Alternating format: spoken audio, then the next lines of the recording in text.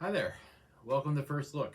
I'm going to give you a little bit of an angle change, just because why not?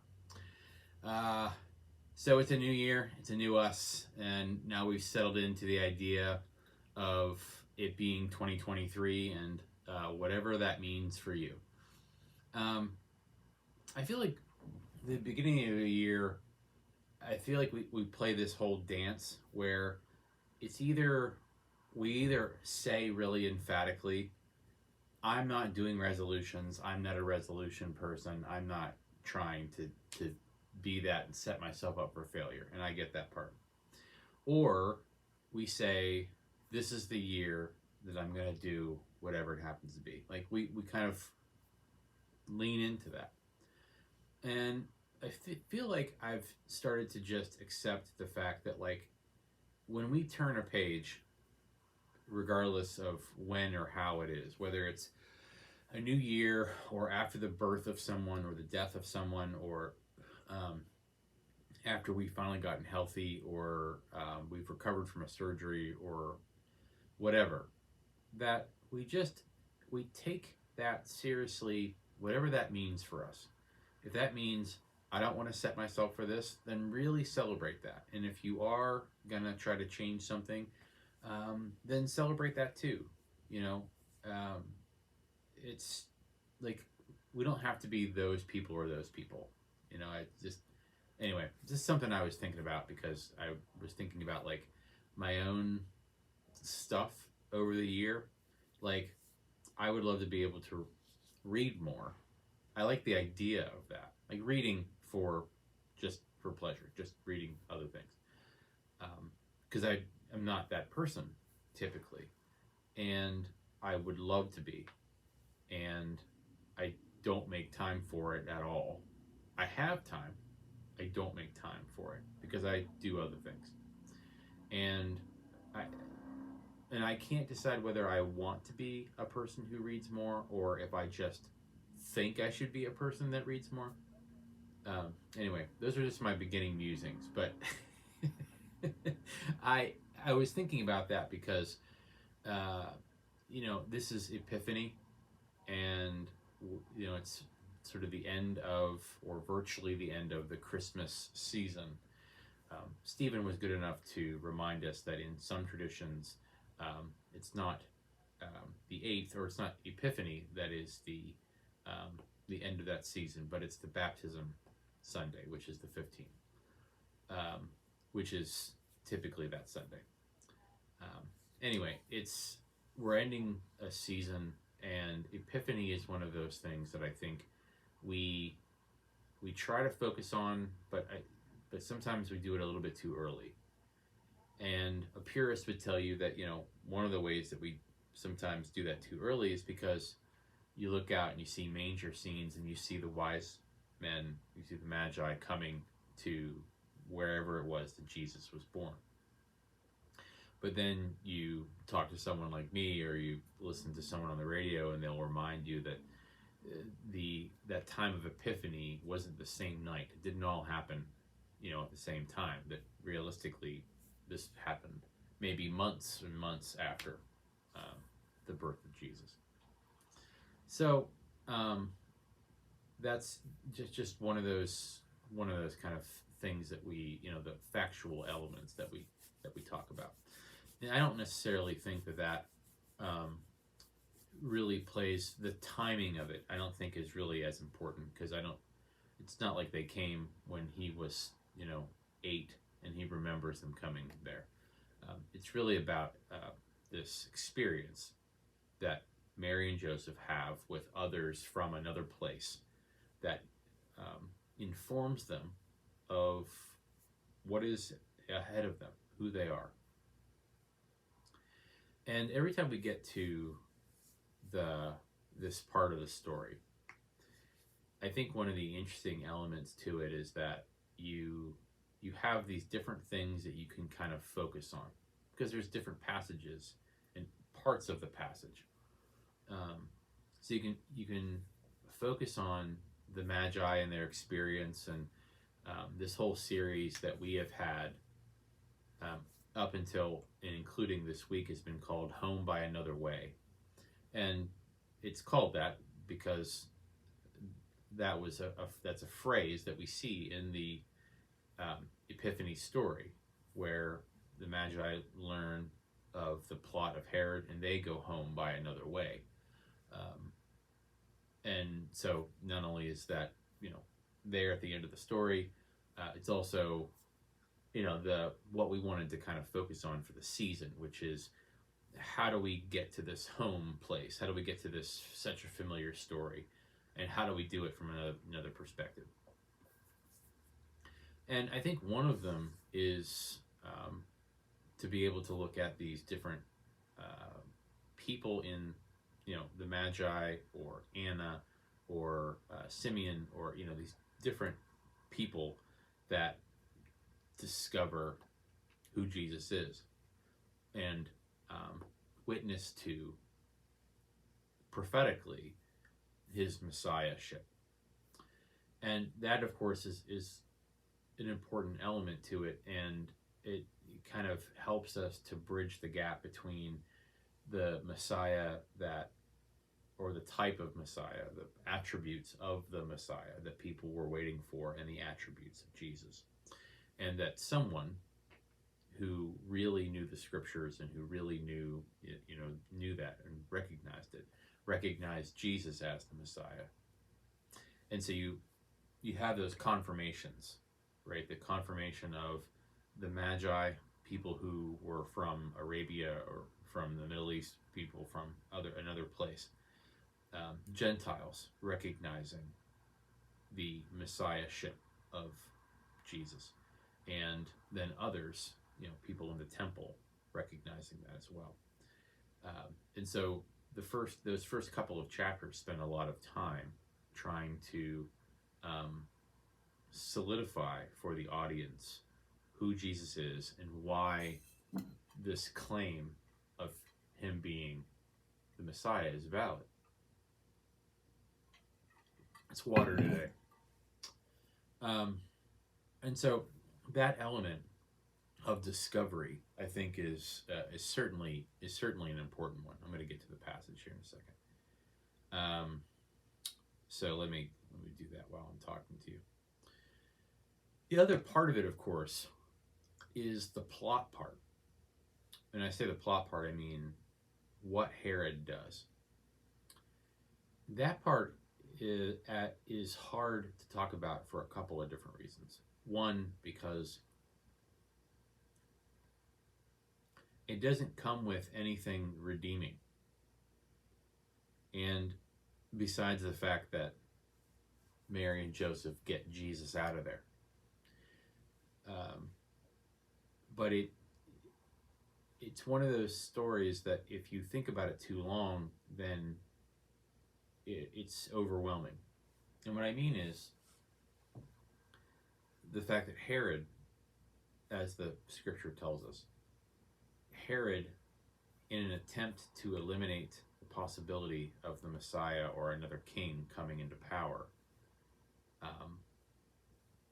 slaughters hundreds, if not thousands, of children.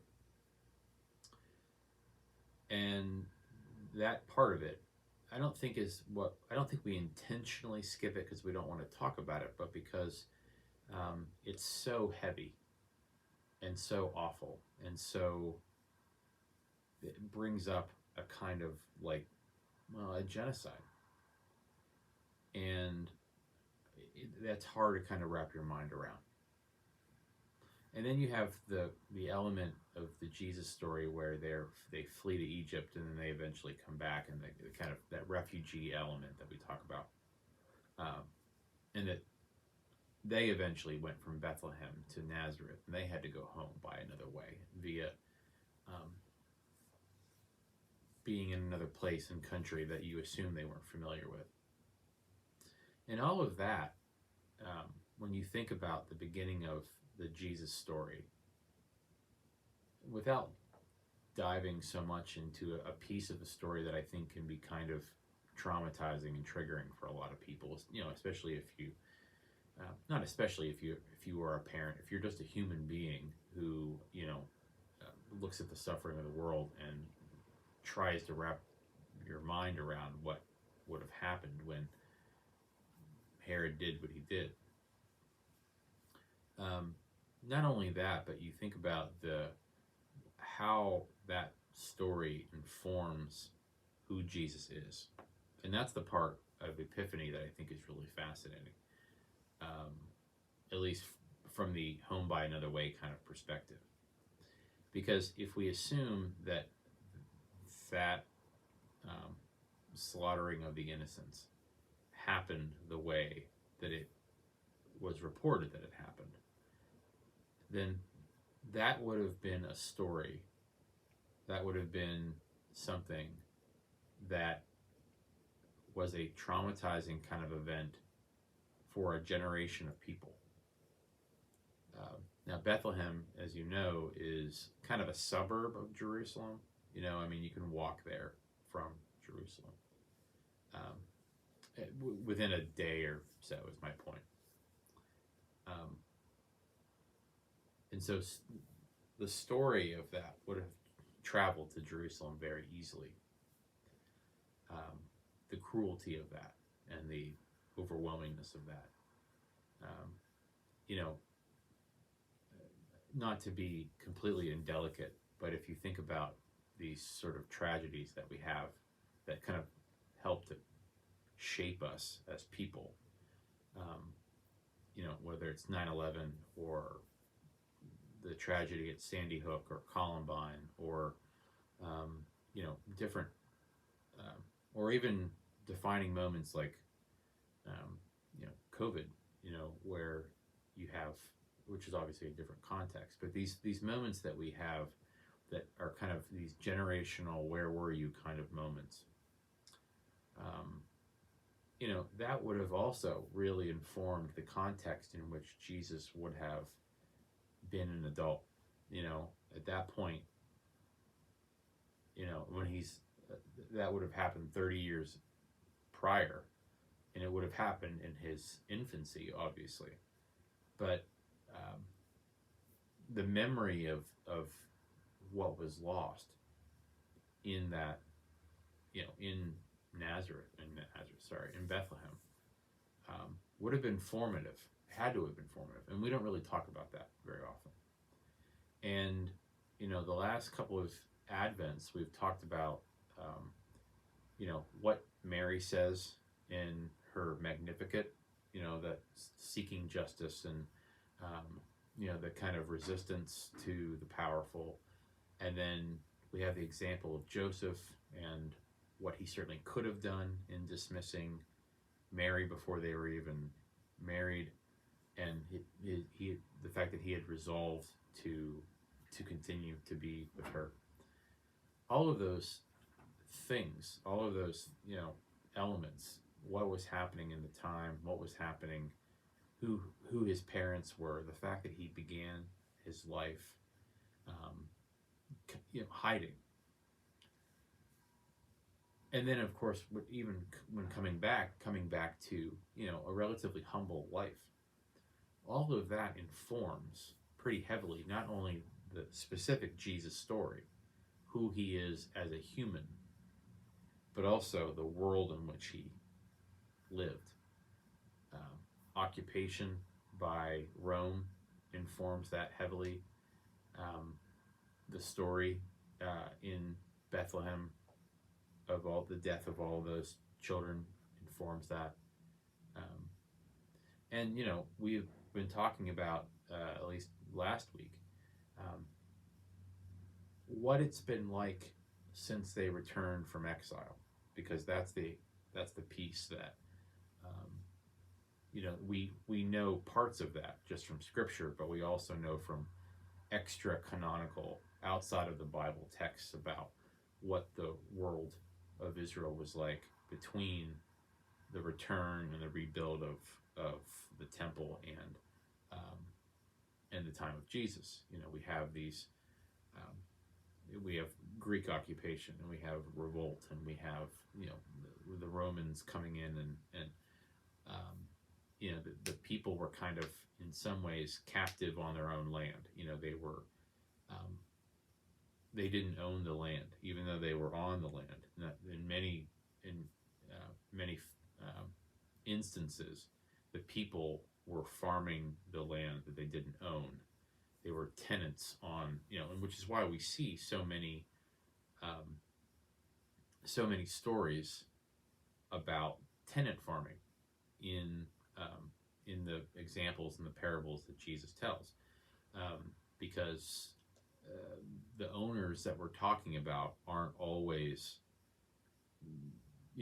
other people, other Jews, and so sometimes the owners of the land are depicted as God, right? Because obviously some people who were Jews owned land, but others, of course, rented or owned, were tenants on the land. And so the owner ends up not looking very good. And so, a lot of what we see in the parables and examples of Jesus is about that. And so, a lot of the liberation that you see in the Jesus story is all, at least in my humble opinion, is all informed by the beginning. Who his parents are, the fact that they had to flee, where they fled to, and then what happens in the aftermath of him fleeing.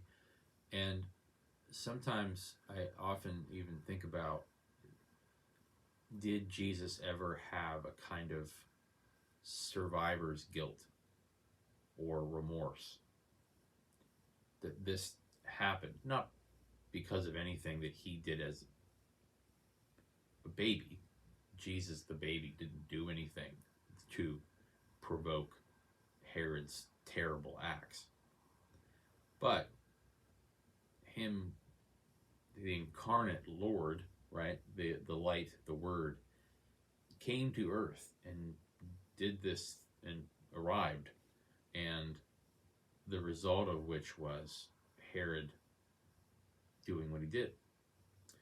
And I have wondered how to talk about, does that inform the Jesus story more than I give it credit for? The fact that he knows that his arrival, there's a domino effect of death behind him. And I don't know.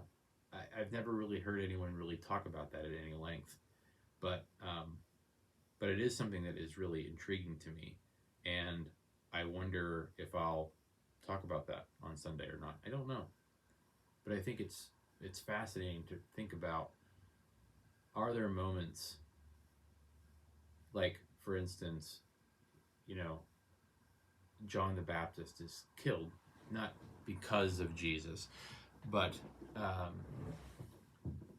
John the Baptist is inspired certainly by Jesus, points to him and says, I'm clearing the path for him. Now, John the Baptist, I think, dies because he's John the Baptist and he's doing John the Baptist things, right? He's in opposition to the authorities as much as Jesus is, but he's still certainly inspired by Jesus and is trying to lead people towards Jesus, and then dies. And I wonder that, when we see Jesus kind of like pondering that before feeding the 5,000, whether that childhood story came up for him. And I've never heard really anyone talk about that, so maybe I will, because maybe I need to think about it out loud for a little bit. We shall see. This is my first look. I don't know. I've been talking for a while, and we haven't read the scripture yet, so we're going to now. This is Matthew chapter 2, verses 1 through 12. In the time of King Herod, after Jesus was born in Bethlehem of Judea, wise men from the east came to Jerusalem asking, "Where is the child who has been born King of the Jews?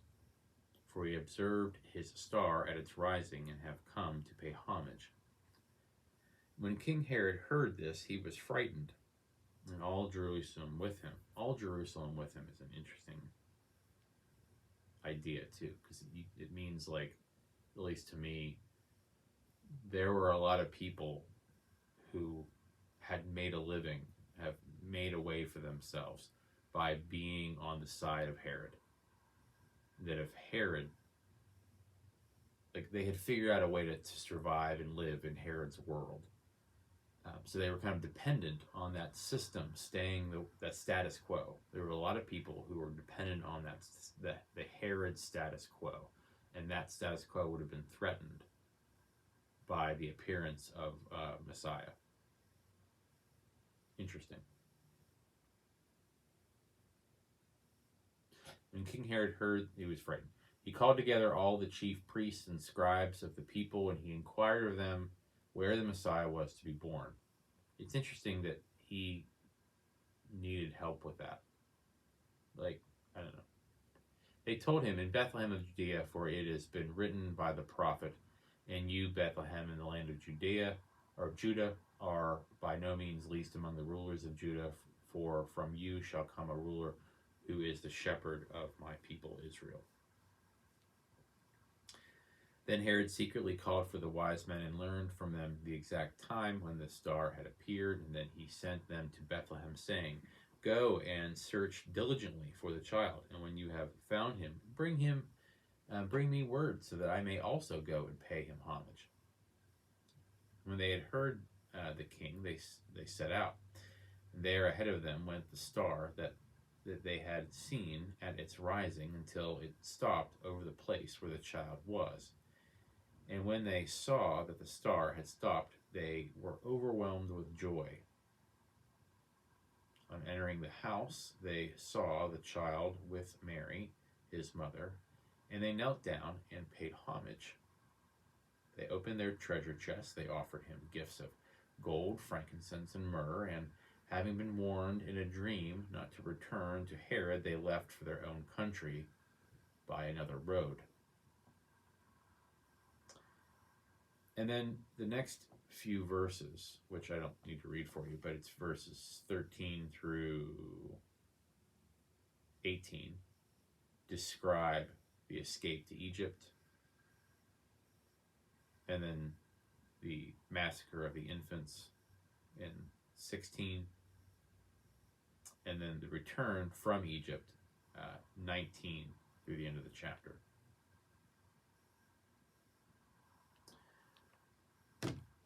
If we were writing the story of Jesus, we would have to, or if it wasn't Jesus, we would have to include the elements of the story that kind of form that narrative, right? Lay a base for it. And we do that in all sorts of other stories. We do that in the movies that we watch or in books that we read. Origin stories are an important element to how we understand a character, right? If you think about, Marvel movies, or you think about, whatever, Sherlock Holmes, or any kind of story that has, that someone is extraordinary, you get some kind of background about how did they get there? What informed them, right? And that's the same for you and I. I have to understand, I try to understand from people, how did you get to be the person that you are now? What informed all of that, when it comes to the way you live, or your politics, or your personality, or whatever. And we can't read anything really about the Jesus story without understanding something of not only the context, but his context, his experiences, the escape to Egypt, the fact that this slaughter happened because of him, not because of something he did, obviously, but because of him. How that informs the way that he sees the world, and how the world was different, at least regionally, because that was true. Because there would have been a legacy, around the fact that had happened.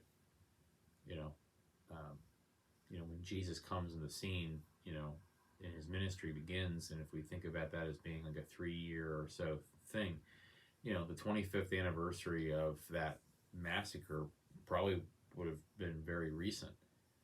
Um, People would have remembered. It would have been obviously a generation of people.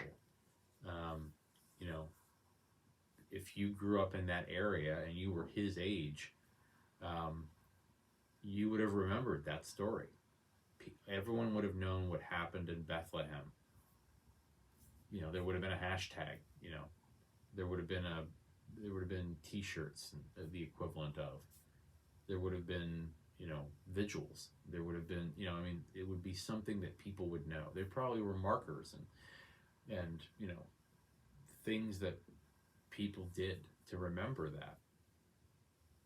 And not only is that a part of their story, but of course then you also have the bigger arcing of the story, the Roman occupation and what had happened since exile, and what did freedom mean, and what did identity of the people mean. All of that informs him, who his parents were, what they talked about, how they reacted to things. All of that speaks into how we get to the Jesus that we know. And that's an important part, I think, to talk about. So, I don't know exactly how I'm going to cover that, but I think I've teased out for us, and probably for myself, a little bit in this time that I hadn't thought of before, because again, so thanks for doing that with me. I'll be fascinated to see where we go. On Sunday, please remember, not only do we have the service in the morning, but we also are going to have a fantastic concert, Epiphany concert, in the afternoon this Sunday. I believe it's at 3 o'clock. Please confirm that before you arrive at 3 o'clock. But very excited for it. There's going to be readings and scripture and the story and the music, and it's going to be wonderful. Please invite every single person that you know to come, and we're really looking forward to it. So, thank you for being you. Thank you for joining me for this, and I will see you next time for another First Look. Take care.